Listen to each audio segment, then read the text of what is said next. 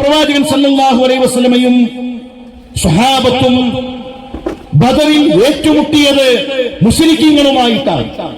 ഒരു തർക്കവും നമുക്കിടയിലില്ലല്ലോ. ആരെല്ലാം തമ്മിലാണ് യുദ്ധം നടന്നത്? കുടുംബക്കാർ തമ്മിലായിരുന്നു യുദ്ധം. ഒരു ഭാഗത്ത് റസൂലുള്ളാഹി സ്വല്ലല്ലാഹു അലൈഹി വസല്ലം, മറുഭാഗത്ത് മരുമകനാണ് അബുൽ ആസാണ്, സൈനബിന്റെ ഭർത്താവ് അബുൽ ആസ്. ശത്രുപക്ഷത്ത് മുസ്ലിമീങ്ങളുടെ നേതാവായി അല്ലാഹുവിന്റെ റസൂൽ സല്ലല്ലാഹു അലൈഹി വസല്ലം. ഒരു ഭാഗത്ത് അബൂബക്കർ സിദ്ദീഖാണ്, മറുഭാഗത്ത് മകനാണ്. ഒരു ഭാഗത്ത് ഉമർ ഇബ്നുൽ ഖത്താബാണ്, മറുഭാഗത്ത് സഹോദരനാണ്. സഹോദരന്മാർ തമ്മിൽ, ഉപ്പയും മകനും തമ്മിൽ, കുടുംബക്കാർ തമ്മിൽ എന്തിനൊരു ബദറുണ്ടായി? അല്ലയില്ല എന്ന് പറഞ്ഞവരാണോ അവർ?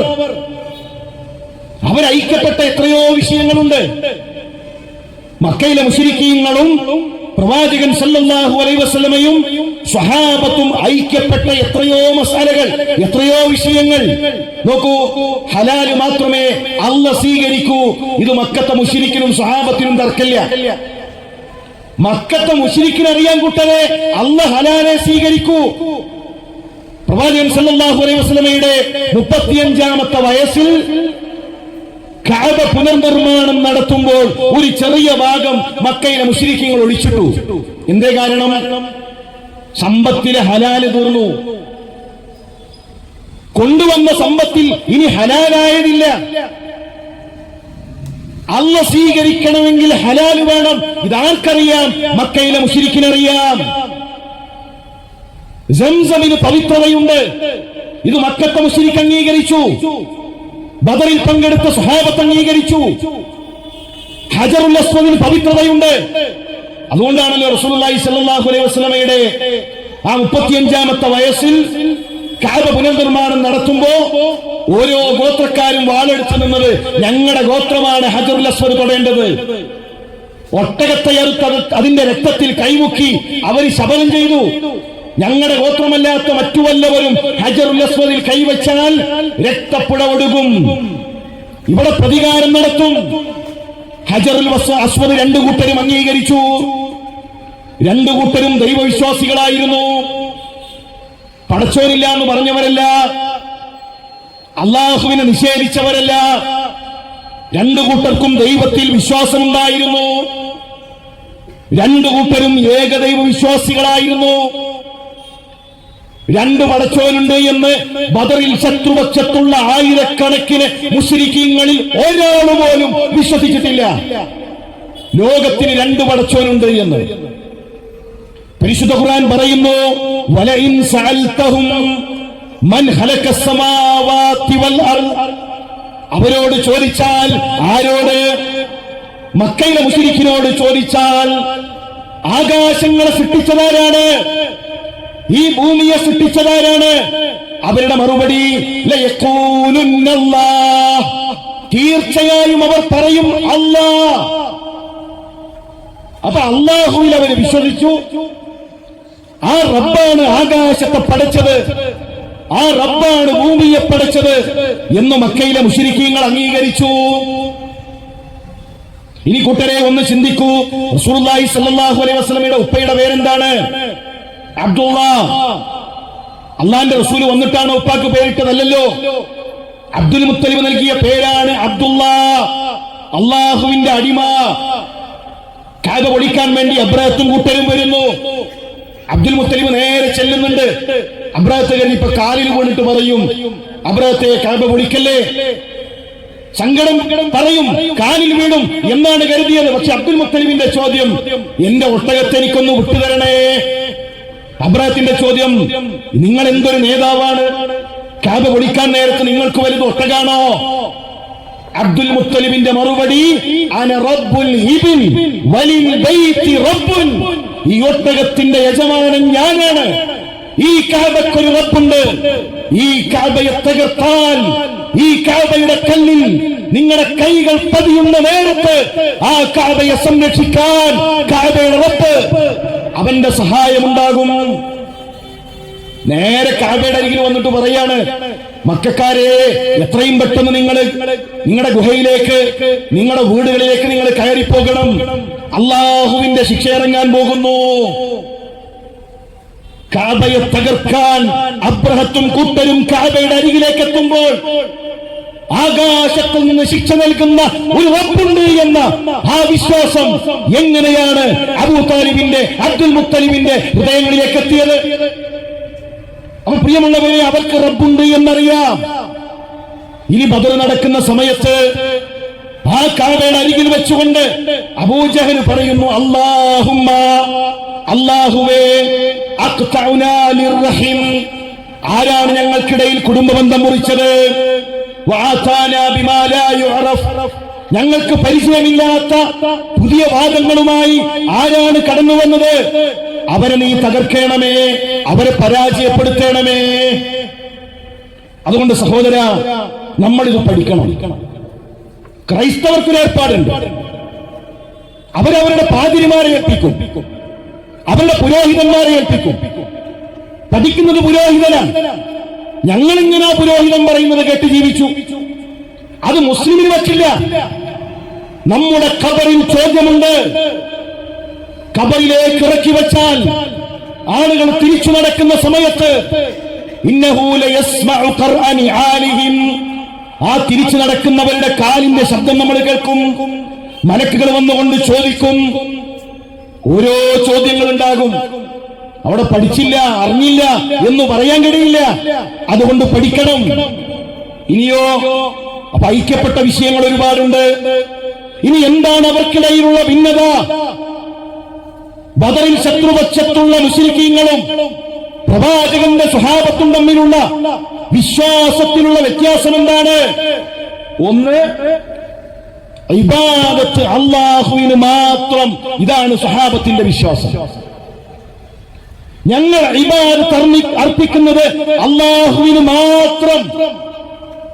മക്കത്തെ മുശ്രിക്കോ, അവര് ഇബാദത്ത് അല്ലാഹു അല്ലാത്തവർക്ക് നൽകി, വിഗ്രഹങ്ങൾക്ക് നൽകി, ജിന്നിന് നൽകി, സൂര്യന് നൽകി, മരിച്ചവർക്ക് നൽകി, അമ്പിയാക്കന്മാർക്ക് നൽകി.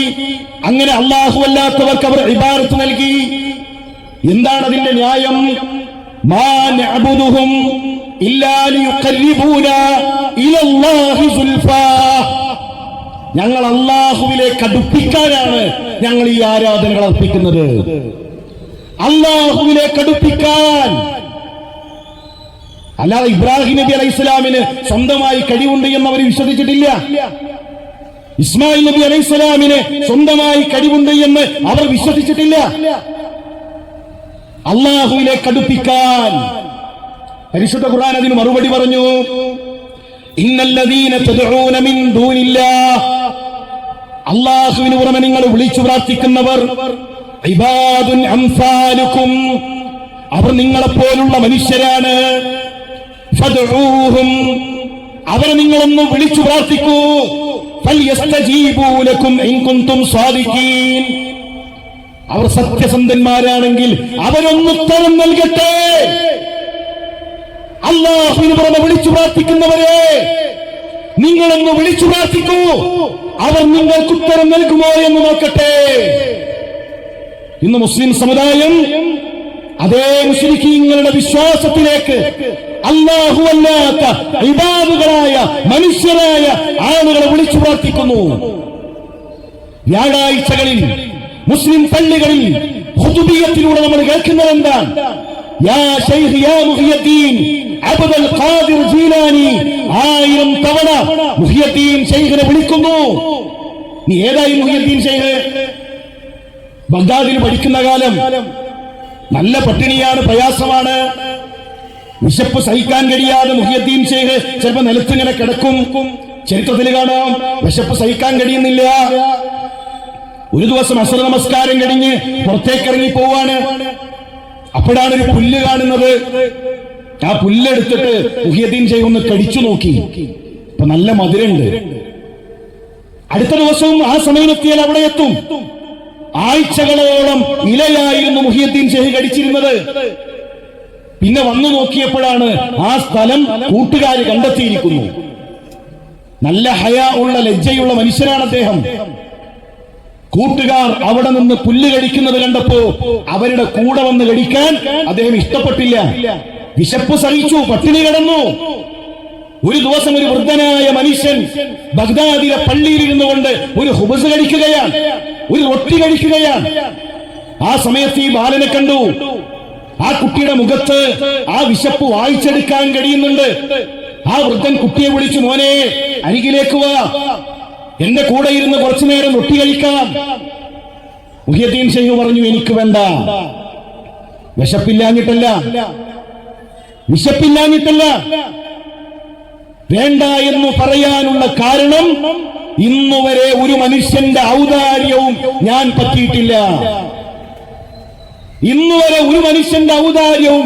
പറ്റിയിട്ടില്ല.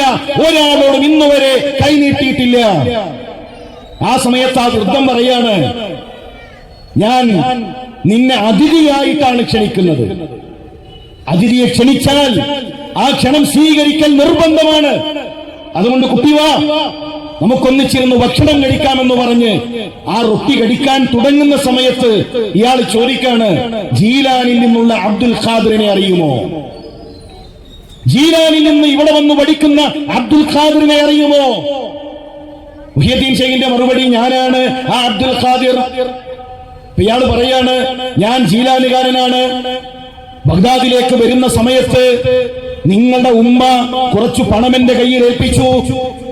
നിങ്ങളെ കണ്ടാൽ ആ പണം കൈകളിൽ ഏൽപ്പിക്കണമെന്നാണ് പറഞ്ഞത്.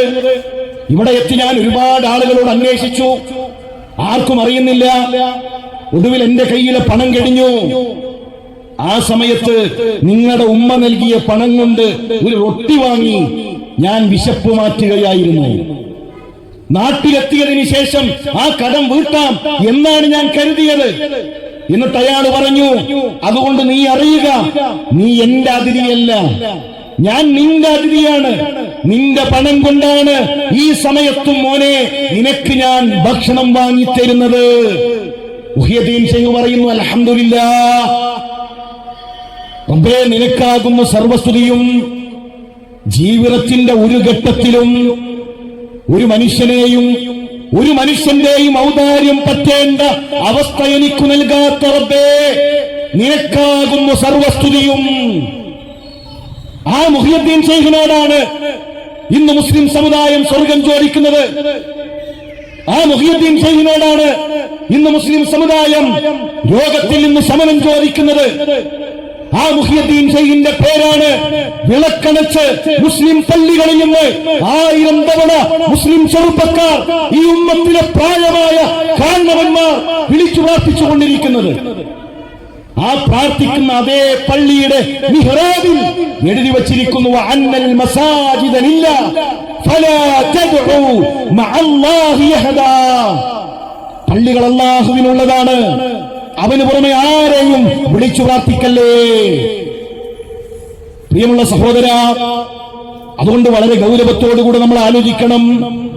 പ്രവാചകൻ സല്ലല്ലാഹു അലൈഹി വസല്ലമയുടെ സ്വഹാബത്ത്, ആ സ്വഹാബത്തിന്റെ വിശ്വാസത്തിലാണോ നമ്മൾ? അതല്ല റസൂലുള്ളാഹി സ്വല്ലല്ലാഹു അലൈഹി വസല്ലമയും സ്വഹാബത്തും യുദ്ധം പ്രഖ്യാപിച്ച മക്കയിലെ മുശ്രിക്കീങ്ങളുടെ വിശ്വാസമാണോ നമുക്കുള്ളത്? ഇനിയോ പരിശുദ്ധ ഖുർആൻ സ്വഹാബത്തിന്റെ വിശ്വാസത്തെ, മക്കയിലെ മുശ്രിക്കീങ്ങളെ അവർ പരിഹസിച്ചു. അത് ഖുർആൻ എടുത്തു പറയുന്നുണ്ട്.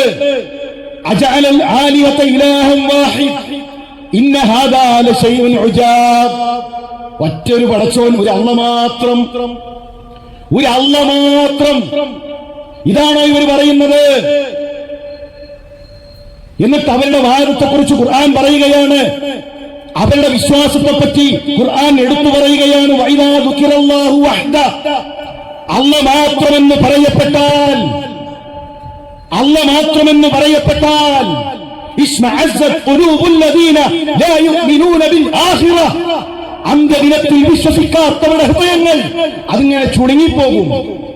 ഒരു പടച്ചോൻ മാത്രം, പൗലിയാക്കളില്ല, മശായിഖന്മാരില്ല, തങ്ങന്മാരില്ല, ഹോജാക്കളില്ല, അല്ലാഹ് മാത്രം. അവരുടെ ഹൃദയങ്ങൾ ഇങ്ങനെ ചുളുങ്ങിപ്പോകും. അല്ലാഹുവിന് പുറമെയുള്ളവരെ കുറിച്ച് പറയപ്പെട്ടാൽ അവർക്ക് സന്തോഷമായിരിക്കും.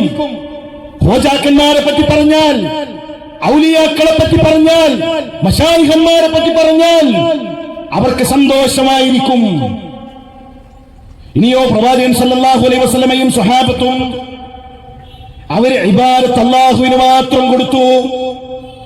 ആ ഇബാദത്തുകളിൽ പെട്ടതാണ് 1 പ്രാർത്ഥന, 2 നേർച്ച, 3 സത്യം ചെയ്യൽ.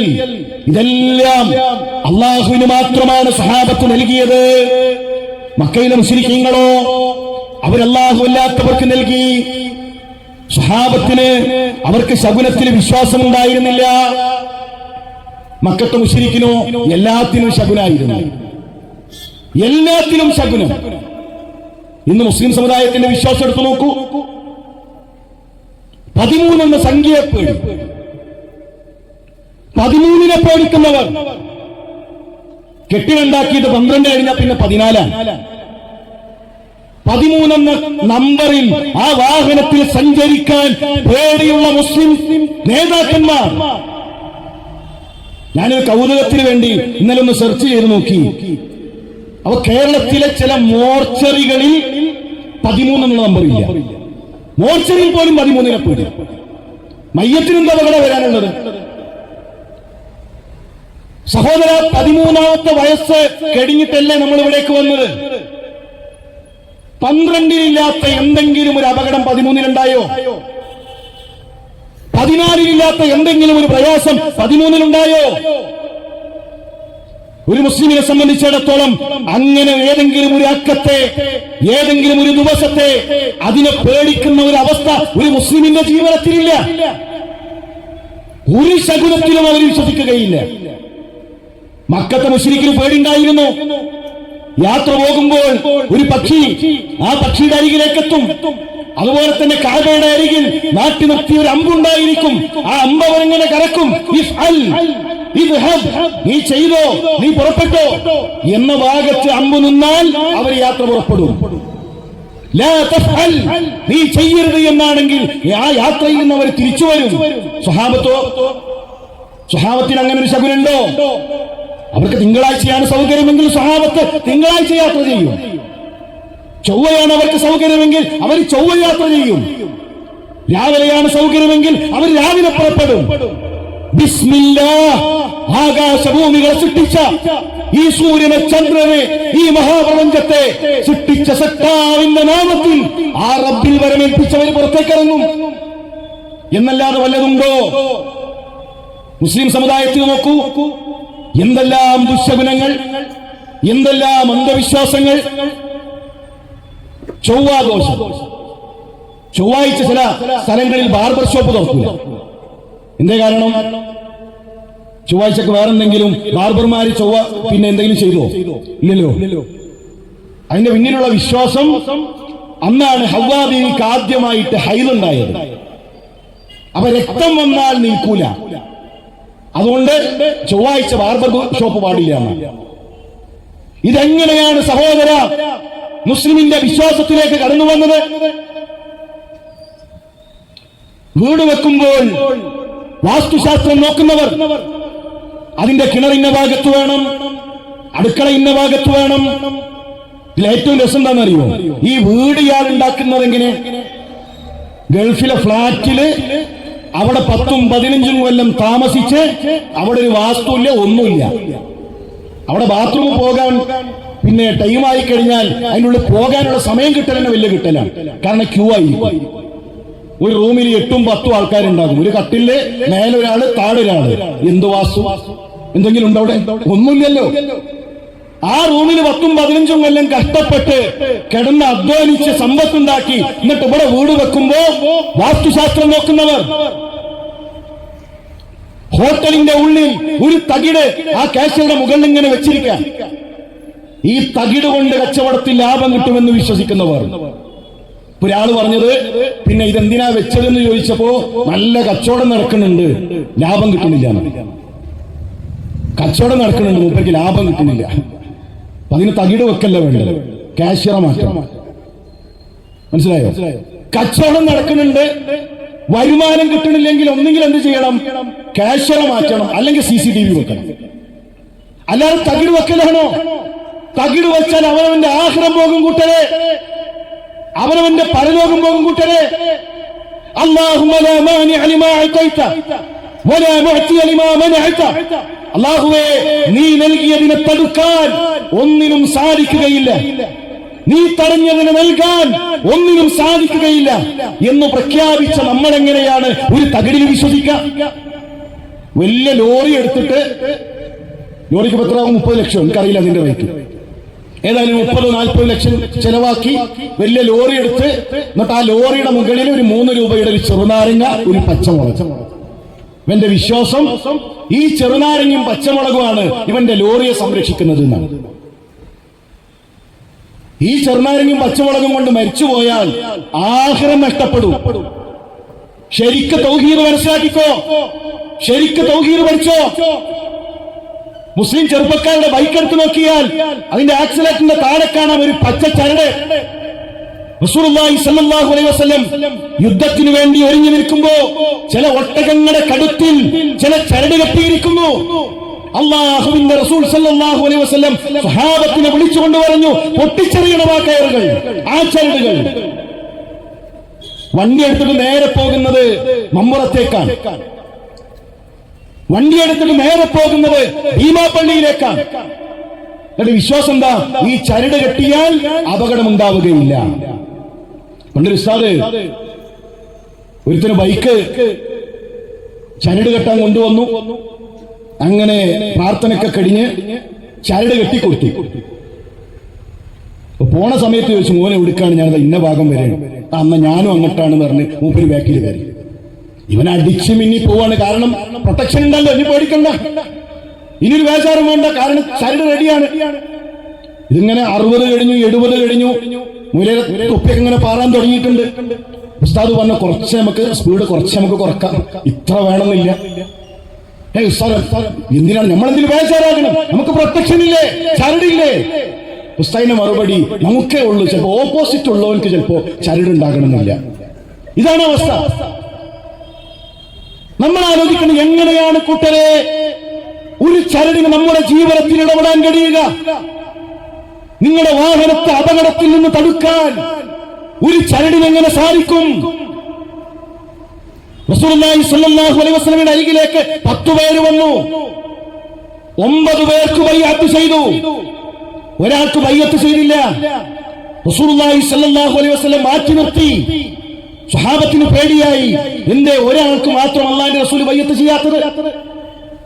സ്വഹാബത്ത് ചോദിച്ചു, അല്ലാഹുവിന്റെ റസൂലേ, 9 പേർക്ക് അങ്ങ് ബൈഅത്ത് ചെയ്തു, ആ വ്യക്തിക്ക് അങ്ങ് മാറ്റി നിർത്തിയത് എന്താണ്?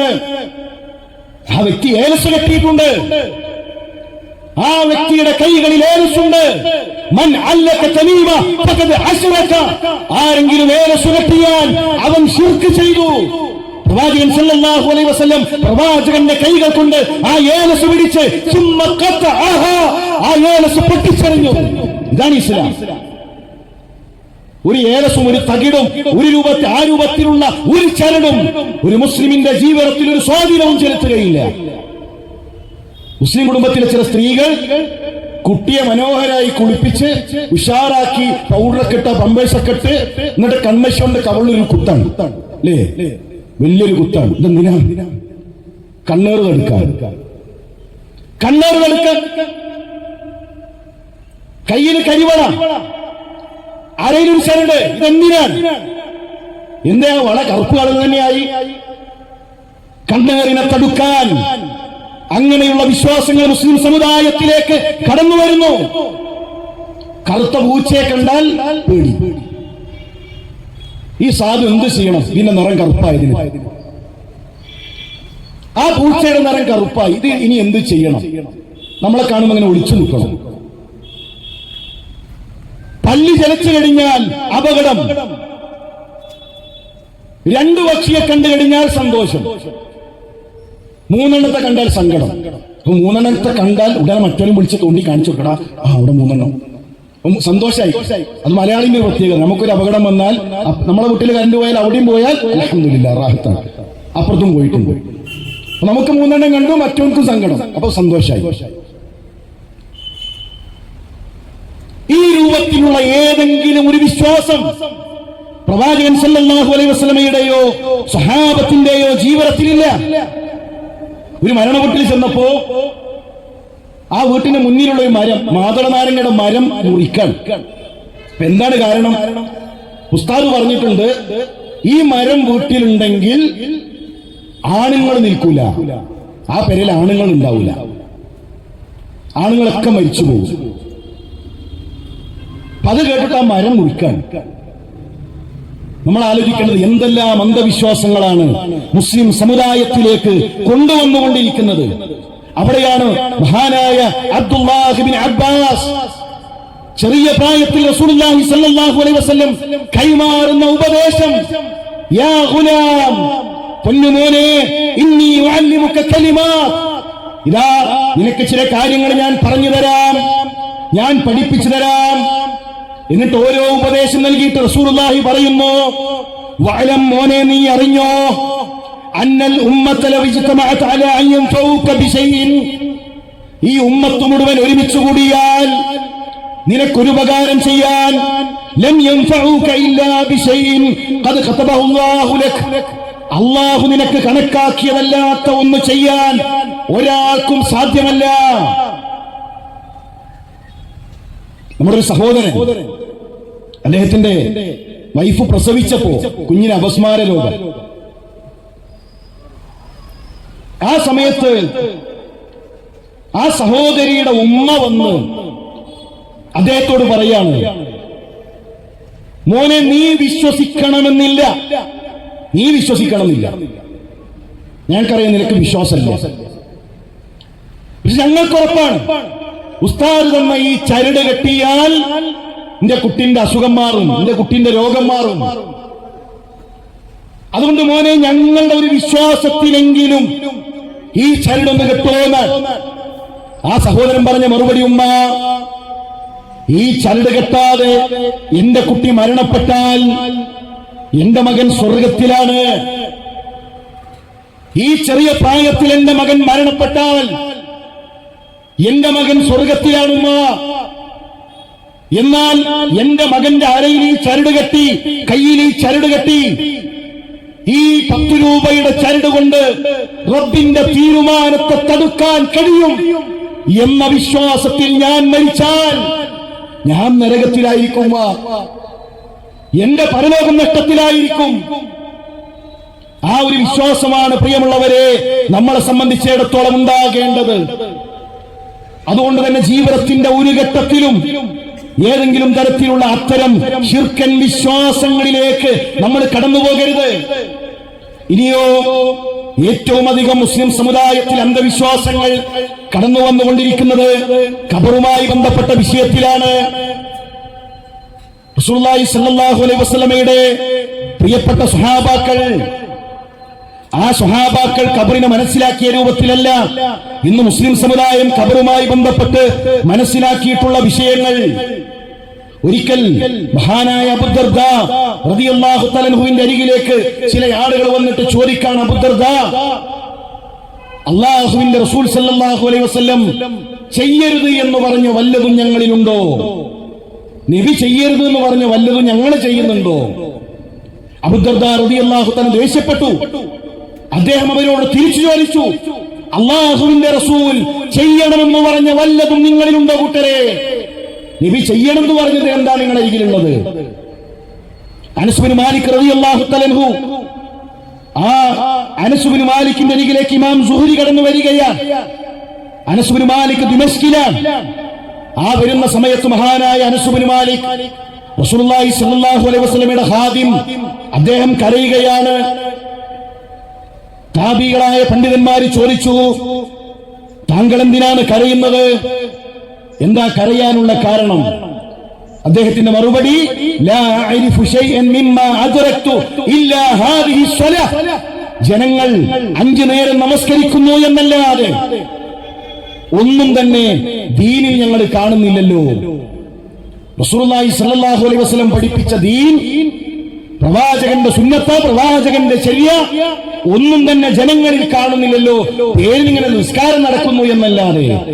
ഇത് ആ കാലഘട്ടത്തിൽ പറഞ്ഞിട്ടുണ്ട്, ആ കാലഘട്ടത്തിൽ പറഞ്ഞിട്ടുണ്ട്. എങ്കിൽ ഇന്ന് എത്രമാത്രം റസൂലുള്ളാഹി സ്വല്ലല്ലാഹു അലൈഹി വസല്ലമയുടെ സുന്നത്തിൽ നിന്ന്, പ്രവാചകന്റെ ചര്യയിൽ നിന്ന് ഈ സമുദായം മാറിപ്പോയിട്ടുണ്ട് എന്നത്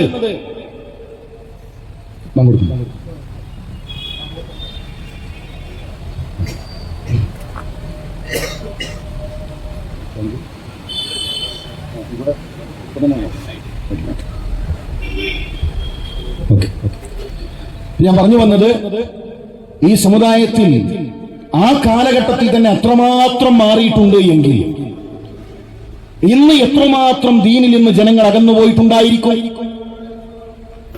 ഏറ്റവും അധികം അകന്നുപോയ വിഷയം ഖബറുമായി ബന്ധപ്പെട്ടതാണ്. റസൂലുള്ളാഹി സ്വല്ലല്ലാഹു അലൈഹി വസല്ലം ലോകത്തു നിന്ന് വിട പറയുന്ന അവസാന സമയം ഒരു പാത്രത്തിൽ കൈമുക്കി പതുക്കെ പ്രവാചകൻ സല്ലല്ലാഹു അലൈഹി വസല്ലം നെറ്റിയിൽ ഇങ്ങനെ തടവുന്നുണ്ട്.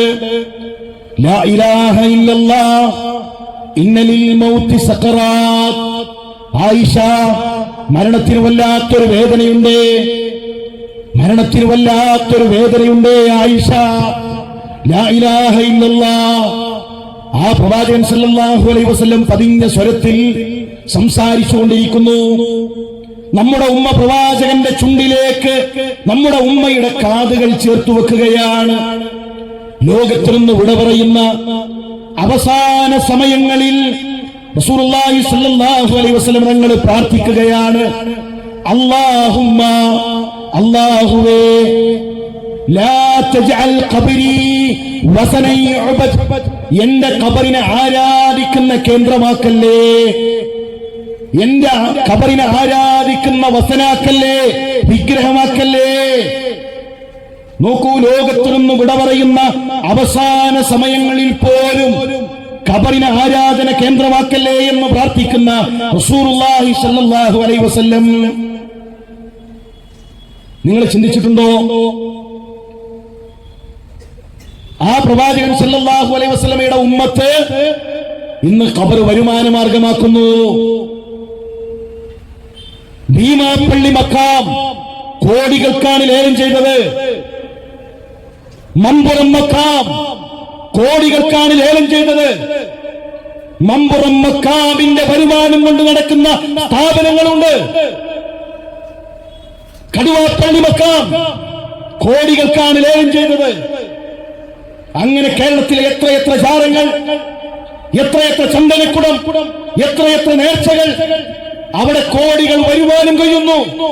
10 കോടിക്ക് ലേലം ചെയ്താൽ 20 നേടാമെന്ന ഉറപ്പാണ് അതിന്റെ പിന്നിലെങ്കിൽ നമ്മുടെ ഉമ്മ ആയിഷ റളിയല്ലാഹു തആല അൻഹ റസൂലുള്ളാഹി സ്വല്ലല്ലാഹു അലൈഹി വസല്ലമയുടെ വഫാത്തിന് ശേഷം നമ്മുടെ ഉമ്മയുടെ ചിലവേറ്റെടുത്തത് അബ്ദുറഹ്മാൻ ഇബ്നു ഔഫാണ്. ആയിഷ റളിയല്ലാഹു തആല പറഞ്ഞു, അബ്ദുറഹ്മാനെ, എന്തിനാ നിന്റെ പൈസ? അബ്ദുറഹ്മാനെ, നിന്റെ പൈസ എന്തിനാ? അള്ളാന്റെ റസൂലിന്റെ ഖബറില്ലേ എന്റെ വീട്ടിൽ? വർഷത്തിൽ ഒരു ചന്ദനക്കുടം നടത്തിയാൽ എനിക്ക് ജീവിക്കാനുള്ളത് കിട്ടും. ഒരു സ്വലാത്ത് നടത്തിയാൽ, ഈ നാട്ടിലുമുണ്ടല്ലോ സ്വലാത്ത്, രാത്രിയായാൽ മുസ്ലിം സ്ത്രീകൾ ഇസ്ലാമിക വേഷം ധരിച്ച് സ്വലാത്തിന്റെ മജ്ലിസിലേക്ക് പോകുന്നവരെ, വരുമാനം കൊയ്യുന്ന മനുഷ്യരെ നമ്മുടെ ഉമ്മ പറഞ്ഞു, ഒരാഴ്ചയിൽ സ്വലാത്ത് മതി. ഔലിയാക്കളുടെ നേതാവ് അബൂബക്കർ സിദ്ദീഖിന്റെ ഖബറുണ്ട്, ഉമർ ഖത്താബിന്റെ ഖബറുണ്ട്. ഒരു നേർച്ചപ്പെട്ടി വെച്ചാൽ, ഒരു ചന്ദനക്കുടം നടത്തിയാൽ, ഒരു വ്യാഴാഴ്ചയിലെ സ്വലാത്ത് നടത്തിയാൽ ഒരു കൊല്ലത്തിന് ജീവിക്കാനുള്ളത് കിട്ടും. അല്ല, ഒരു ആയുഷ്കാലം ജീവിക്കാനുള്ളത് കിട്ടും. നടത്തിയോ? ആ ഖബർ കൊണ്ട് നമ്മുടെ ഉമ്മ ഒരു അരഗൃഹമെങ്കിലും, ഒരു ഊക്കിയെങ്കിലും സമ്പാദിച്ചോ കൂട്ടരെ? ഇല്ലല്ലോ.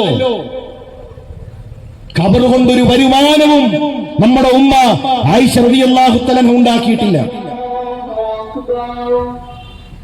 നിങ്ങൾക്ക് മരണത്തെ ഓർമ്മിപ്പിക്കും എന്നാണ് പ്രവാചകൻ സല്ലല്ലാഹു അലൈഹി വസല്ലം നമ്മളെ ഉണർത്തിയിട്ടുള്ളത്. ഖബർ സിയാറത്ത് മരണത്തെ ഓർമ്മിപ്പിക്കാനാണ്. മഹാനായ ഉസ്മാൻ റളിയല്ലാഹു തആല ഖബർ കണ്ടാൽ അദ്ദേഹം കരയുമായിരുന്നു എന്ന് റസൂലുള്ളാഹി സ്വല്ലല്ലാഹു അലൈഹി വസല്ലമയുടെ സ്വഹാബികൾ അല്ലാഹുവിന്റെ റസൂൽ സല്ലല്ലാഹു അലൈഹി വസല്ലം ഖബറിനെ കുറിച്ച് ഖുതുബ നടത്തിയപ്പോ ഖുതുബ കഴിഞ്ഞ് തിരിച്ചു വീട്ടിലേക്ക് പോകാൻ മറന്ന് അവര് പള്ളിയിലിരിക്കുകയാണ്. അഥവാ ഖബറിനെ കുറിച്ച് കേട്ടപ്പോൾ അവരുടെ കുടുംബത്തെ അവർ മറന്നു, അവരുടെ കച്ചവടം അവർ മറന്നു. അവർ കണ്ണുകൾ നിറച്ച് ഖബറിലെ ശിക്ഷയെ തൊട്ട് കാവലിനെ ചോദിച്ചവർ പള്ളിയിൽ കടിച്ചുകൂട്ടി.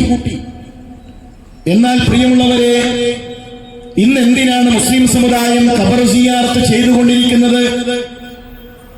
അജ്മീറിലേക്കും നാഗൂറിലേക്കും മുത്തുപ്പേട്ടയിലേക്കുമുള്ള സിയാറത്ത് ടൂറുകൾ എന്തിനാണ്? ആ സിയാറത്ത് ടൂർ പുറപ്പെടുമ്പോൾ ഉസ്താദിനോട് ചോദിക്കൂ, ഉസ്താദേ എന്തിനാണ് ഈ യാത്ര? ഏതെങ്കിലും ഉസ്താദ് പറയോ? ആർക്കും മരണത്തെക്കുറിച്ചൊരു പേടിയില്ല, ആർക്കും മരിക്കണം എന്നുള്ളൊരു ചിന്തയില്ല. അതുകൊണ്ട് നമ്മൾ അജ്മീറൊക്കെ പോയി, ഭീമാപ്പള്ളിയൊക്കെ പോയി മരണത്തെക്കുറിച്ചൊരു പേടി ഉണ്ടാക്കാൻ, മരണത്തെക്കുറിച്ചൊരു ഭക്തി ഉണ്ടാക്കാൻ, അതിനാണ് ഈ സിയാറത്ത് ടൂർ എന്ന് ആരെങ്കിലും പറയുമോ? ഇല്ല. പിന്നെ ഇന്ന് എന്തിനാണ് ഖബർ സിയാറത്ത്? ഇന്ന് പലപ്പോഴും ഖബർ സിയാറത്ത് നടത്തിക്കൊണ്ടിരിക്കുന്നത് ആഗ്രഹ സഫലീകരണത്തിനു വേണ്ടി, സന്താന ലബ്ധിക്കു വേണ്ടി, ജോലിയില്ലാത്തവന് ജോലിക്ക് വേണ്ടി, പ്രയാസങ്ങൾ നീങ്ങുന്നതിനു വേണ്ടി. ഇങ്ങനെ ഒരു ഖബർ സിയാറത്ത് റസൂലുള്ളാഹി സ്വല്ലല്ലാഹു അലൈഹി വസല്ലം ചെയ്തോ? സ്വഹാബത്ത് ചെയ്തോ? താബിഈകൾ ചെയ്തോ? സലഫുകളിൽ നമ്മുടെ മുൻഗാമികളിൽ ആരുടെയെങ്കിലും മാതൃകയുണ്ടോ? മാത്രവുമല്ല, ഖബർ സിയാറത്തിന്റെ പേരിൽ ഇന്ന് നടത്തിക്കൊണ്ടിരിക്കുന്നത് ഒട്ടനേകം അനാചാരങ്ങളാണ്. ഇസ്ലാമിലെ ഖബറുമായി ഈ ഖബറുകൾക്കൊന്നും യാതൊരുവിധ ബന്ധവുമില്ല. അജ്മീറിലെ ഖബറിന് ഇസ്ലാമിലെ ഖബറുമായി ബന്ധമില്ല. നാഗൂറിലെ ഖബറിന് ഇസ്ലാമിലെ ഖബറുമായി ബന്ധമില്ല.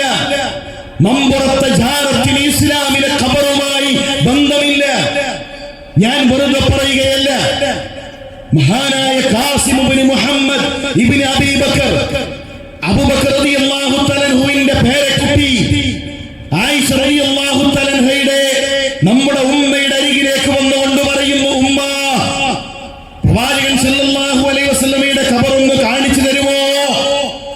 അതിനേക്കാൾ വലിയൊരു മാതൃകയുണ്ടോ? അല്ലാഹുവിന്റെ റസൂലിന്റെ ഖബർ ഒന്ന് കാണിച്ചു തരുമോ?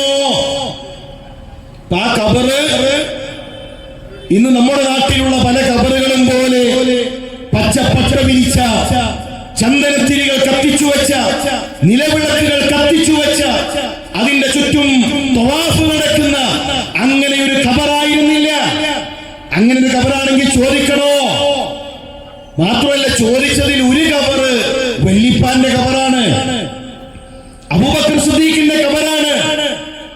ആയിഷ റളിയല്ലാഹു തആല അൻഹ മറനീക്കി നമ്മുടെ ഉമ്മയുടെ റൂമിലാണ് ഖബർ. ആ റൂമിലെ ആ ഖബറിന്റെ അരികിലുള്ള തുണി നീക്കി ആയിഷ റളിയല്ലാഹു തആല പ്രവാചകന്റെ ഖബർ കാണിച്ചു കൊടുത്തു. അബൂബക്കർ സിദ്ദീഖ് റളിയല്ലാഹു തആലയുടെ ഖബർ കാണിച്ചു കൊടുത്തു. എന്താണ് മഹാനായ ഖാസിം ഇബ്നു മുഹമ്മദ് പറയുന്നത്? ഞാൻ ലോകത്തിന്റെ പ്രവാചകന്റെ ഖബർ കണ്ടു. നഹ്വൻ മിൻ ശിബിരിൻ, ഒരു ചാണായിരുന്നു അതിന്റെ ഉയരം. അപ്പൊ ഒരു ചാണിലധികം പ്രവാചകൻ സല്ലല്ലാഹു അലൈഹി വസല്ലമയുടെ ഖബർ ഉയർത്തിയിട്ടില്ല. മഹാനായ ജാബിർ ഇബ്നു അബ്ദില്ലാഹ് റളിയല്ലാഹു തആല പറയുന്നു, പ്രവാചകന്റെ ഖബർ നഹ്വൻ മിൻ ശിബിരിൻ വജത്തുഹു, ഞാൻ കണ്ടത് ഒരു ചാണുയരത്തിലാണ്. ഭൂമിയിൽ നിന്നും ഒരു ചാണിലധികം പ്രവാചകൻ സല്ലല്ലാഹു അലൈഹി വസല്ലമയുടെ ഖബർ ഉയർത്തിയിട്ടില്ല. എന്റെ സഹാബികൾക്ക് ഔലിയാക്കളുടെ ഖബർ കെട്ടിയുയർത്തുന്ന മസ്അല മനസ്സിലായില്ലേ? ഖബറിന്മേൽ പച്ചപ്പട്ട് വിരിക്കുന്ന മസ്അല സ്വഹാബത്തിന് തിരിഞ്ഞില്ലേ? ഖബറിനരികിൽ ഏതെങ്കിലും വിധത്തിലുള്ള ചന്ദനത്തിരികളോ നിലവിളക്കുകളോ കത്തിച്ചു വെക്കുന്ന മസ്അല പ്രവാചകന്റെ സ്വഹാബത്തിന് എന്റെ കൂട്ടരെ മനസ്സിലായില്ലേ? മാത്രമല്ല, റസൂലുള്ളാഹി സ്വല്ലല്ലാഹു അലൈഹി വസല്ലം ചെയ്യരുത് എന്ന് പറഞ്ഞതെല്ലാം ഇന്ന് മുസ്ലിം സമുദായം ചെയ്യുന്നു. നഹാ റസൂലുള്ളാഹി സ്വല്ലല്ലാഹു അലൈഹി വസല്ലം നഹാ വിരോധിച്ചെന്ന് പറഞ്ഞാൽ എന്താ ചെയ്യണമെന്നാണോ? റസൂലുള്ളാഹി വിരോധിച്ചു അൻ യുജസ്സസൽ ഖുബൂർ വഅൻ യുക്തബ അലൈഹാ വഅൻ യുബ്ന അലൈഹാ. ഖബറിന്മേൽ കെട്ടിടമുണ്ടാക്കരുത്, ഖബറിന്മേൽ എഴുതരുത്. മുസ്ലിം സമുദായോ നബി എഴുതരുത്. എന്നാ ഞങ്ങള് 786 ഒരു ചന്ദ്രക്കല, സ്റ്റാർ, ഡേറ്റ് ഓഫ്, പിന്നെ ജനിച്ച ദിവസവും മരിച്ച വർഷവും അതൊക്കെ എഴുതി ആചാര പേരും എല്ലാ കാര്യങ്ങളും മീസാൻ കല്ലിൽ എഴുതി വെക്കുന്ന സംസ്കാരം എങ്ങനെയാണ് കുട്ടരെ ഇസ്ലാമാവുക? ഖബറിന്മേൽ ഇരിക്കരുത് എന്ന് റസൂലുള്ളാഹി. മുസ്ലിം സമുദായോ കത്തപ്പര കെട്ടിയിരിക്കും, അതിന്റെ മേലെ ഇരുന്ന് യാസീനോവും. പേരോ ഇതാ ഞങ്ങൾ ചെയ്യുന്നതെല്ലാം സുന്നത്താണ്. മാത്രമല്ല പറയലെന്താണെന്നറിയോ? ഞങ്ങൾ ഈ ചെയ്യുന്നതിനൊക്കെ മാലിക് ഇബ്നു ദീനാറുടെ പാരമ്പര്യമുണ്ട്. മാലിക് ഇബ്നു ദീനാറും കൂട്ടരും കേരളത്തിലേക്ക് കൊണ്ടുവന്ന ആ ദീൻ അതുപോലെ ഞങ്ങൾ ഇങ്ങനെ അനുഷ്ഠിച്ചു വരുന്നു. മാലിക് ഇബ്നു ദീനാറും കൂട്ടരും കേരളത്തിൽ 10 പള്ളികൾ ഉണ്ടാക്കിയിട്ടുണ്ട്. അവരുണ്ടാക്കിയ ഒരു ജാറമുണ്ടോ? മാലിക് ഇബ്നു ദീനാറും കൂട്ടരും കേരളത്തിൽ ഉണ്ടാക്കിയ ഒരു ജാറും കാണിക്കാമോ? പച്ച വിരിച്ച ഈ ഒരു ഖബറുണ്ടോ? ഒരു ചന്ദനക്കുടമുണ്ടോ? ഒരു നേർച്ചയുണ്ടോ? അവരുടെ പാരമ്പര്യമില്ല. പിന്നെ ആകെയുള്ള പാരമ്പര്യം ആരുടേതാണെന്ന് അറിയുമോ? ഷിയാക്കളുടെ പാരമ്പര്യമാണ് കൂട്ടരെ ഈ അമലിനുള്ളത്. ഷാഫി മദ്ഹബ് പോലും ഇല്ല. മഹാനായ ഇമാം നബവി പറയുകയാണ് ഫീഹി അന്ന സുന്നത അന്നൽ ഖബർ ലാ യുർഫഉ അലൽ അർളി റഫ്അൻ കസീറ വലാ യുസന്നം ബൽ യുർഫഉ നഹ്വ ശിബ്രിൻ വയുസത്തഹ വഹാദാ മദ്ഹബു ശാഫിഈ വമൻ വാഫഖഹു. ഇമാം നബവിയാണ് പറയുന്നത്, ഖബർ കെട്ടിയുയർത്തരുത്, ഖബർ കൂർപ്പിക്കരുത്, ഖബർ പരത്തണം, ഭൂമിയിൽ നിന്നൊരു ചാണാണ് ഉയരേണ്ടത്. ഇതാണ് ശാഫിഈ മദ്ഹബ്. ഇമാം ഷാഫിയോട് യോജിച്ചവരുടെയും നിലപാട് ഇതുതന്നെയാണ്.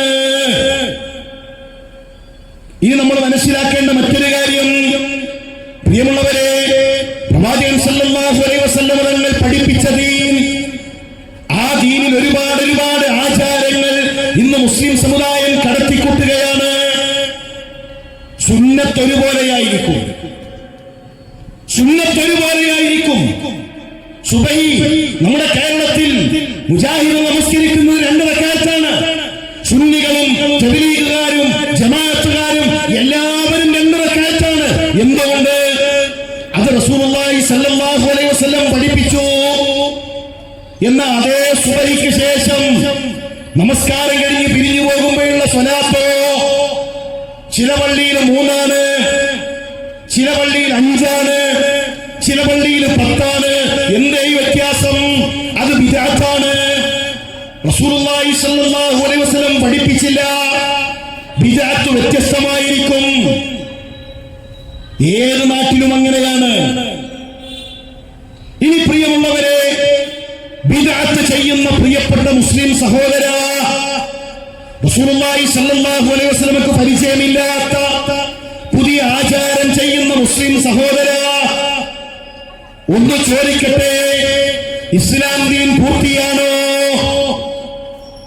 ഈ ദീൻ പൂർത്തിയാണോ? എല്ലാ ഉസ്താദുമാരും പറയും ദീന് പൂർത്തിയായിട്ടുണ്ട്. എന്താണ് തെളിവ് ഉസ്താദേ? വിടവാങ്ങൽ പ്രസംഗത്തിൽ അല്ലാഹുവിന്റെ റസൂൽ സല്ലല്ലാഹു അലൈഹി വസല്ലം ഓതിക്കേൽപ്പിച്ചു, അൽയൗമ അക്മൽതു ലക്കും ദീനക്കും വഅത്മംതു അലൈക്കും നിഅമതി വറദിതു ലക്കുമുൽ ഇസ്ലാമ ദീനാ. ഇന്നത്തെ ദിവസം ഇതാ ഇസ്ലാം ദീൻ പൂർത്തിയായി. ഉസ്താദേ, അത് കഴിഞ്ഞിട്ട് പിന്നെ ഒരു സുന്നത്ത് ഇറങ്ങിയിട്ടുണ്ടോ? ഉസ്താദ് പറയുമില്ല. ഇസ്ലാമിൽ പിന്നെ ഒരു ഹുക്ം ഇറങ്ങിയിട്ടുണ്ടോ? ഉസ്താദ് പറയുന്നില്ല.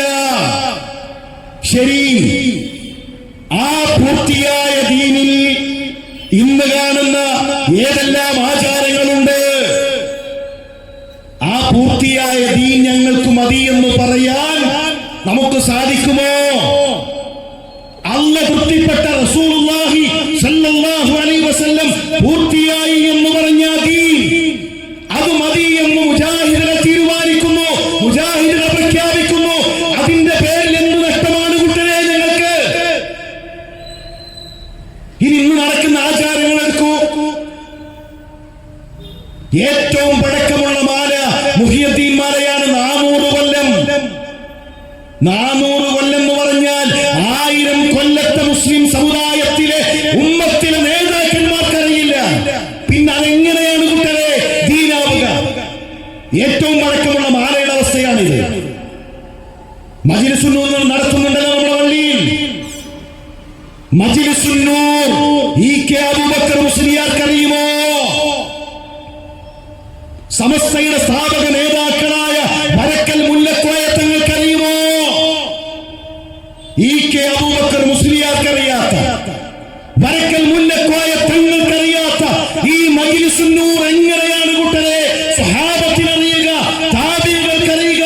ഖൈറുൻ നാസി ഖർനി സുമ്മല്ലദീന യലൂനഹും സുമ്മല്ലദീന യലൂനഹും. ആ ഉത്തമമായ നൂറ്റാണ്ടിന് തലമുറക്ക് എങ്ങനെയാണ് അറിയുക? ഇതെങ്ങനെ ദീനാകും? വേറെ ചങ്ങാതിന്റെ സ്വലാത്തുണ്ട്, ആറ്റക്കോയത്തങ്ങൾ.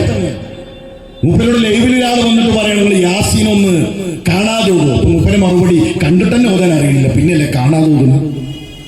ആ സാധനമുണ്ട് സ്വലാത്ത്. മൂപ്പരെ കയ്യിൽ ആകേണ്ടത് ഒരു മാഷാ അല്ലാഹ്, ഒരു ഇൻഷാ അല്ലാഹ്, ഒരു സുബ്ഹാനല്ലാഹ്. അതുകൊണ്ട് ഇങ്ങനെ ജീവിച്ചു പോവാണ്. ആ മനുഷ്യൻ വരെ ദീനിൽ പുതിയ സ്വലാത്ത് ഉണ്ടാക്കുന്നു.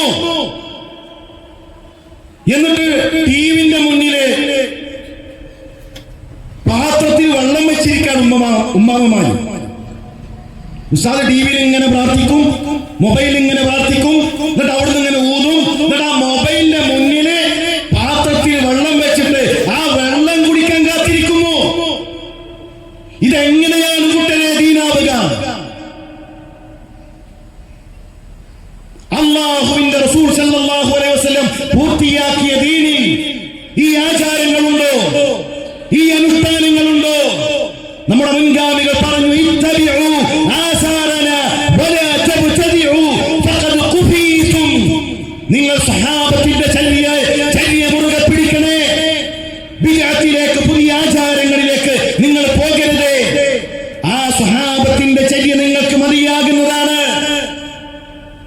ഇനി ബിദ്അത്ത് ചെയ്യുന്നവരെ, നമസ്കാരത്തിന് ശേഷം കൂട്ടപ്രാർത്ഥന നടത്തുന്നവരെ, മയ്യത്ത് കൊണ്ടുപോകുമ്പോൾ ലാ ഇലാഹ ഇല്ലല്ലാഹ് എന്ന് ഉച്ചത്തിൽ വിളിക്കുന്നവരെ, ഒരു സുന്നത്ത്, ഒരു ബിദ്അത്ത് ജനിച്ചാൽ ഒരു സുന്നത്ത് നഷ്ടപ്പെടും. ശരിക്കും മനസ്സിലാക്കിക്കോളി. നിസ്സാരമായ സംഗതിയല്ല. എത്രയോ സുന്നത്താണ് നഷ്ടപ്പെടുത്തുന്നത്. നിസ്കാരം കഴിഞ്ഞപ്പോൾ ഒരു കൂട്ടപ്രാർത്ഥന നഷ്ടപ്പെട്ടതോ? അല്ലാഹുമ്മ അൻതസ്സലാം വമിൻകസ്സലാം തബാറക്ത യാ ദൽ ജലാലി വൽ ഇക്റാം എന്ന് ചൊല്ലിയിട്ട് ഇമാം മാറിയിരിക്കണമെന്ന റസൂലുള്ളാഹി സ്വല്ലല്ലാഹു അലൈഹി വസല്ലമയുടെ സുന്നത്താണ്.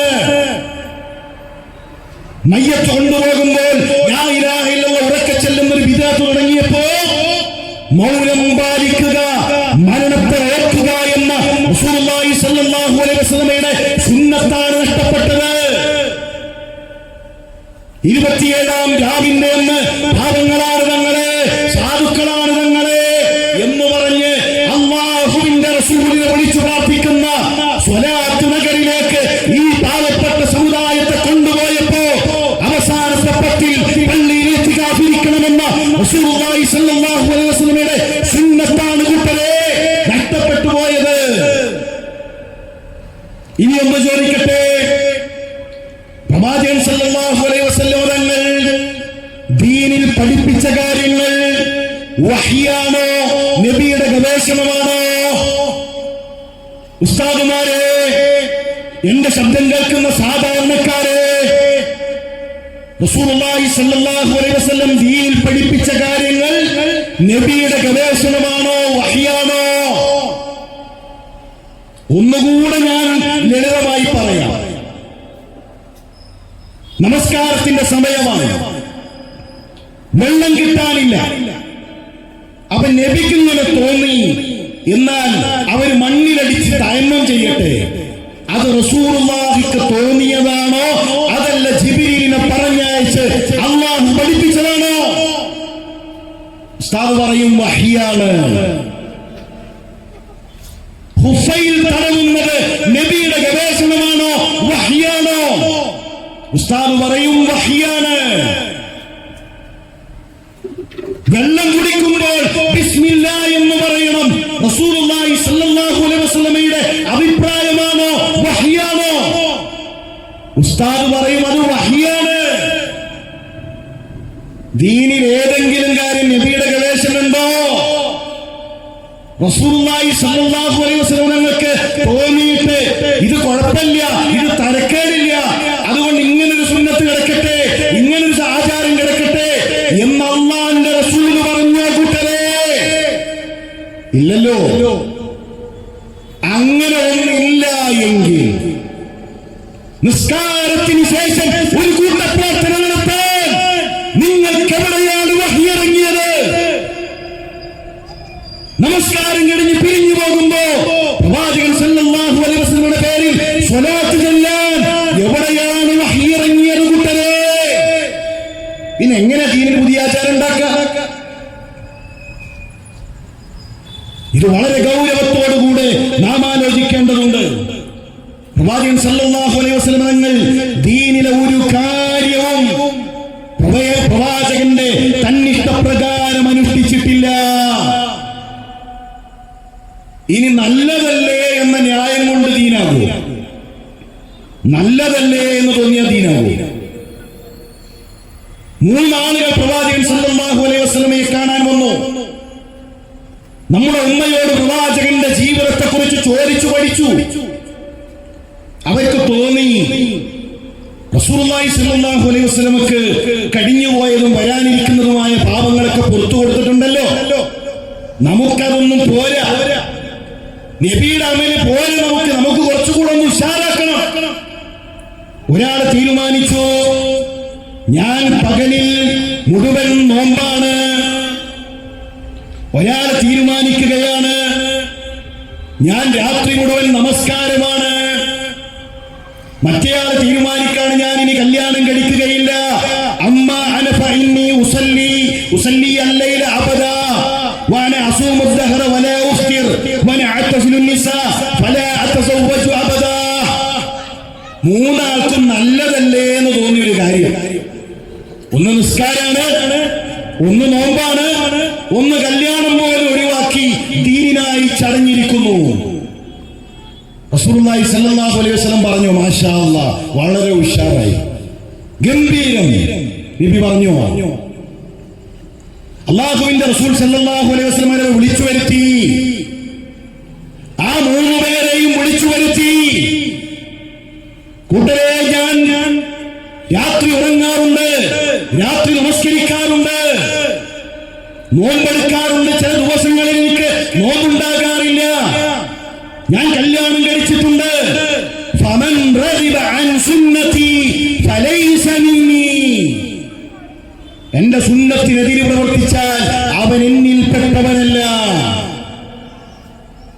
സ്വഹാബത്തിന് നല്ലതല്ലേ എന്ന് തോന്നി സ്വഹാബത്ത് ചെയ്ത കാര്യം പോലും റസൂലുള്ളാഹി സ്വല്ലല്ലാഹു അലൈഹി വസല്ലം അംഗീകരിച്ചില്ല എങ്കിൽ നമ്മുടെ അമൽ എങ്ങനെ അല്ലാഹു സ്വീകരിക്കുക?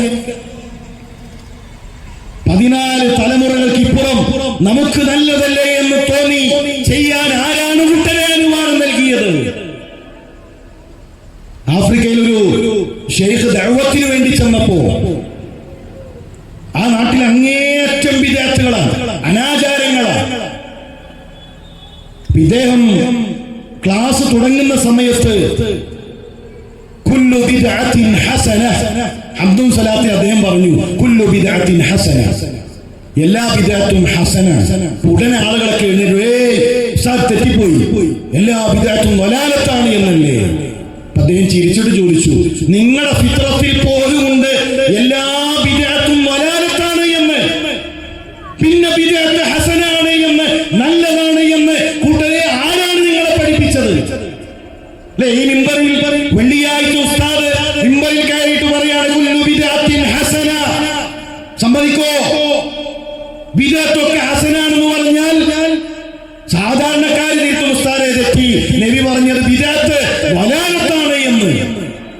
ഇതേ ഒരു കാര്യം നമ്മുടെ അമലിൽ കൊണ്ടുവന്നൂടെ? ആ വലാലത്തായ വഴികേടായ പുത്തനാചാരങ്ങൾ എന്തിനാണ് കുട്ടനെ നമുക്ക്? ഞാൻ പറഞ്ഞു വരുന്നത്, അതുകൊണ്ട് നമ്മുടെ കർമ്മങ്ങളെ ഒന്ന് വളരെ ഗൗരവത്തോടുകൂടെ നമ്മളൊന്ന് പരിശോധിക്കണേ. സുന്നത്ത്, ആ സുന്നത്തിലൂടെ മാത്രമേ നാളെ സ്വർഗത്തിലേക്ക് എത്താൻ കഴിയുകയുള്ളൂ. നൂഹ് നബി അലൈഹിസ്സലാമിന്റെ കപ്പലാണ് സുന്നത്ത്. അതിലാര് കയറിയോ അവൻ രക്ഷപ്പെടും.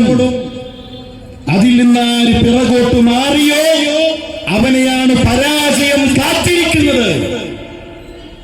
അതുകൊണ്ട് പ്രിയമുള്ള എന്റെ ആദർശ സുഹൃത്തുക്കളെ, അവസാനമായി നിങ്ങളോട് ഓർമ്മപ്പെടുത്താനുള്ളത്, നമുക്ക് വിശ്രമിക്കാൻ സമയമില്ല,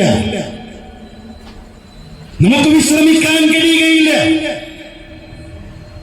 ശക്തമായ ബിദ്അത്ത് നമ്മുടെ ചുറ്റുപാടുകളിൽ ഉണ്ടാകുമ്പോൾ, ശിർക്കും അന്ധവിശ്വാസങ്ങളും ആ അന്ധവിശ്വാസങ്ങളിൽ കഴിയുന്ന ഒരു തലമുറ നമ്മുടെ ചുറ്റുപാടിൽ ഉണ്ടാകുമ്പോൾ, നമ്മൾ ചെറിയ കാരണം പറഞ്ഞ്, നിസാരമായ തടസ്സങ്ങൾ പറഞ്ഞ് പ്രബോധന രംഗത്ത് നിന്ന് മാറി നിൽക്കാൻ, നമ്മുടെ കച്ചവടത്തിലും നമ്മുടെ ദുനിയാവിലും അങ്ങനെ ഉറങ്ങിപ്പോകാൻ നമുക്ക് സാധിക്കുകയില്ല. നമുക്കൊരു വലിയ ദൗത്യമുണ്ട്. നോക്കൂ, കണ്ണു കാണാത്ത അബ്ദുല്ലാഹ് ഇബ്നു ഉമ്മി മക്തൂം എത്ര ഉത്തരവാദിത്തങ്ങൾ അല്ലാഹുവിന്റെ റസൂൽ സല്ലല്ലാഹു അലൈഹി വസല്ലം ഏൽപ്പിച്ചു. കണ്ണിന് കാഴ്ചയില്ല, കണ്ണിന് കാഴ്ചയില്ല, കൈപിടിക്കാൻ ഒരാളില്ല. അബ്ദുല്ലാഹ് ഇബ്നു ഉമ്മി മക്തൂം അദ്ദേഹത്തെയാണ് മക്കയിൽ നിന്ന് മദീനയിലേക്ക് ദഅവത്തിന് റസൂലുള്ളാഹി പറഞ്ഞയക്കുന്നത്. പള്ളിയിലെ മുഅദ്ദിനായി ഉത്തരവാദിത്തം ഏൽപ്പിക്കുന്നത്. പ്രവാചകനില്ലാത്ത മദീനയുടെ ഉത്തരവാദിത്തങ്ങൾ അബ്ദുല്ലാഹ് ഇബ്നു ഉമ്മി മക്തൂം. രണ്ട് കണ്ണുള്ളവരെ, ആരോഗ്യമുള്ളവരെ, സമ്പത്തുള്ളവരെ, ദീനിലെ ഒരു ചെറിയ ഉത്തരവാദിത്തങ്ങൾ പോലും ഏറ്റെടുക്കാൻ നമുക്ക് സമയമില്ലേ? നമ്മൾ മാറിപ്പോവുകയാണോ? വളരെ ഗൗരവത്തോടുകൂടി നമ്മൾ ആലോചിക്കണം.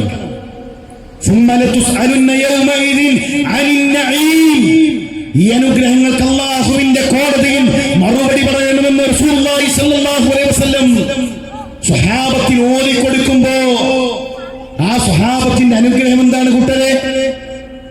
ചിന്തിച്ചിട്ടുണ്ടോ? ഭക്ഷണം ഉണ്ടോ അവർക്ക്? മദീന പള്ളിയിൽ അസ്ഹാബു സുഫയുണ്ട്. വിശപ്പിന് ഭക്ഷണം അവർക്കില്ല, തണുപ്പത്ത് പുതക്കാൻ ഒരു പുതപ്പ് അവർക്കില്ല, കിടക്കാൻ ഒരു കൂരയില്ല.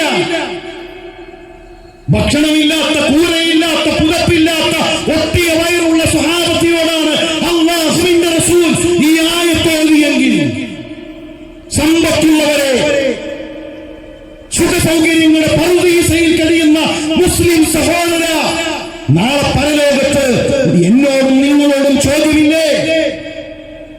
ആ റബ്ബിന്റെ കോടതിയിൽ ഈ അനുഗ്രഹങ്ങൾക്ക് നമ്മളെന്ത് മറുപടി പറയും?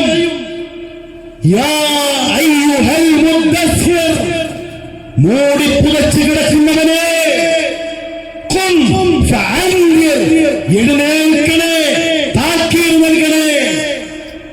പലതരത്തിലുള്ള പുതപ്പുണ്ട്. കച്ചവടമാകുന്ന പുതപ്പുണ്ട്, കുടുംബമാകുന്ന പുതപ്പുണ്ട്, ദുനിയാവാകുന്ന പുതപ്പുണ്ട്. ആ പുതപ്പെല്ലാം മാറ്റി അത്യുദാരനായ റബ്ബിനെ ഗ്രാമഗ്രാമാന്തരങ്ങളിൽ നമ്മുടെ പ്രിയപ്പെട്ടവരോട് പരിചയപ്പെടുത്താൻ, ആ റബ്ബിനെ അറിയിക്കാൻ പ്രിയമുള്ളവരെ സാധിക്കുമോ? കഴിയുമോ? നമുക്ക്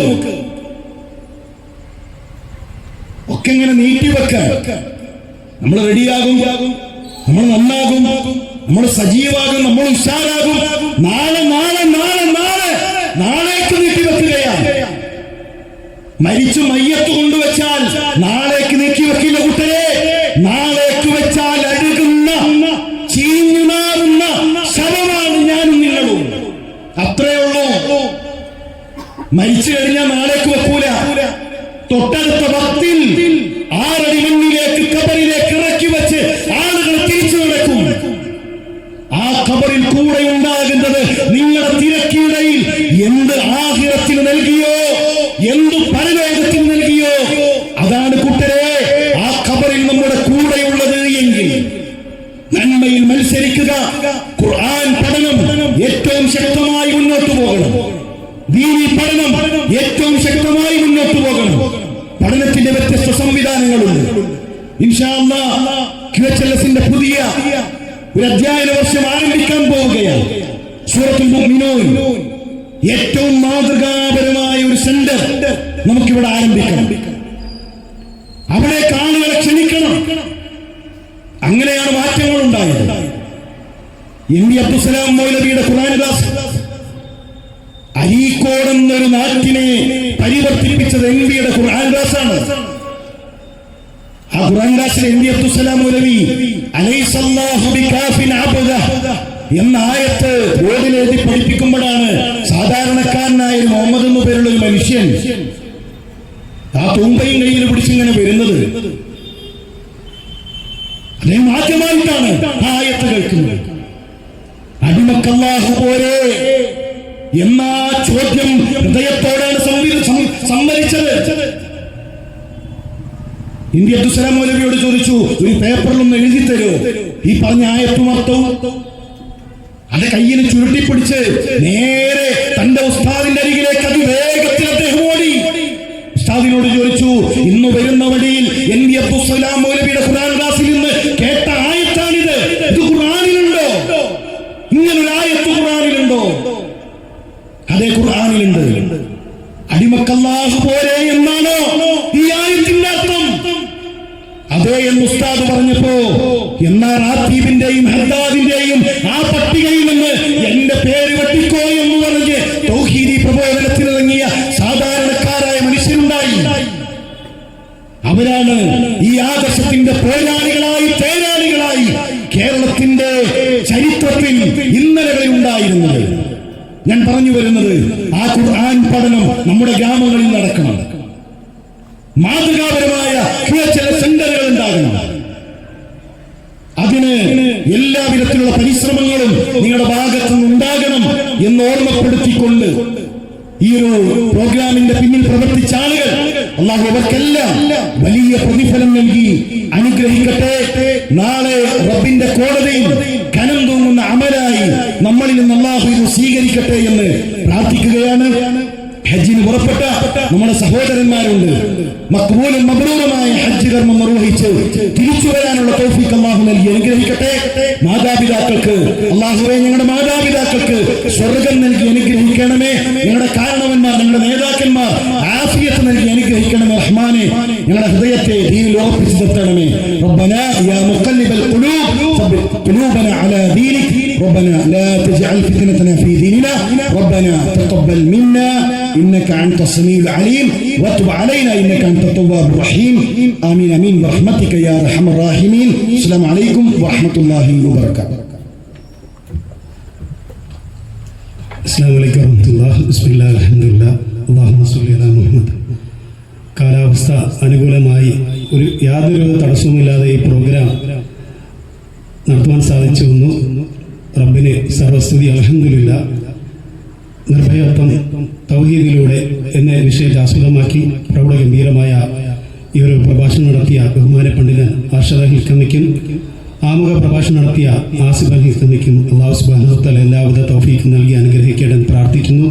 ഈ മണ്ഡലം കമ്മിറ്റീൻ്റെ പ്രത്യേകം നന്ദി അറിയിക്കുന്നു. അതോടൊപ്പം ഈ ഒരു പ്രോഗ്രാം നടത്തുവാനായി എല്ലാവിധ സംവിധാനങ്ങളും സജ്ജീകരിക്കുവാൻ നമുക്ക് സഹായം നൽകിയ ഈ സ്ഥലത്തിൻ്റെ ഉടമസ്ഥൻ അദ്ദേഹത്തിനും അദ്ദേഹത്തിൻ്റെ കുടുംബത്തിനും അല്ലാഹു സുബ്ഹാനഹു വ തആല എല്ലാവിധ തൗഫീഖും നൽകി അനുഗ്രഹിക്കട്ടെ. ഇസ്ലാമിക് ഓർഗനൈസേഷൻ്റെ എസ് മണ്ഡലത്തിൻ്റെ പ്രത്യേക നന്ദി അദ്ദേഹത്തിന് അറിയിക്കുന്നു. ഒരു പ്രത്യേക അറിയിപ്പ്, ഈ വരുന്ന പെരുന്നാൾ നമസ്കാര ഈദ്ഗാഹ് വ്യാഴാഴ്ച രാവിലെ 7:15 ബഹുമാന്യ പണ്ഡിതൻ മുനവർ സുലാഹി പുത്തിരിക്കണ്ടം നയനാർ പാർക്കിൽ നേതൃത്വം നൽകുന്നു. എല്ലാവരെയും സ്വാഗതം ചെയ്യുന്നു. ഈ പ്രോഗ്രാമിൽ എത്തിച്ചേർന്ന എല്ലാവർക്കും നന്ദി അർപ്പിച്ചുകൊണ്ട് ഈ ഒരു പ്രോഗ്രാം ഇവിടെ അവസാനിച്ചിട്ട് അറിയിക്കുന്നു. സുബ്ഹാനക അല്ലാഹുമ്മ വബിഹംദിക അശ്ഹദു അൻ ലാ ഇലാഹ ഇല്ലാ അൻത അസ്തഗ്ഫിറുക വ അത്തൂബു ഇലൈക്.